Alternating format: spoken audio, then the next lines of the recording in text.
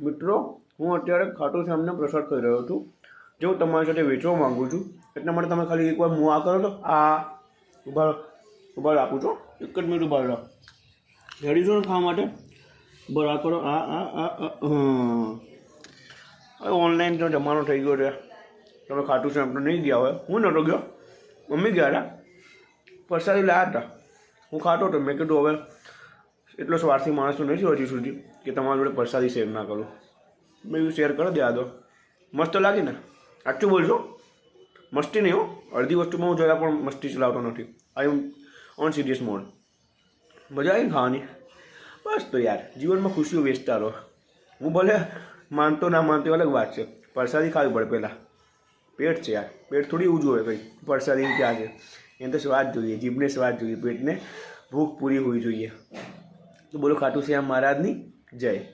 મજા આવી ખાવાની? હજી ખાશો? લઈ લો. આપણી જ વાડકી છે. લઈ લો.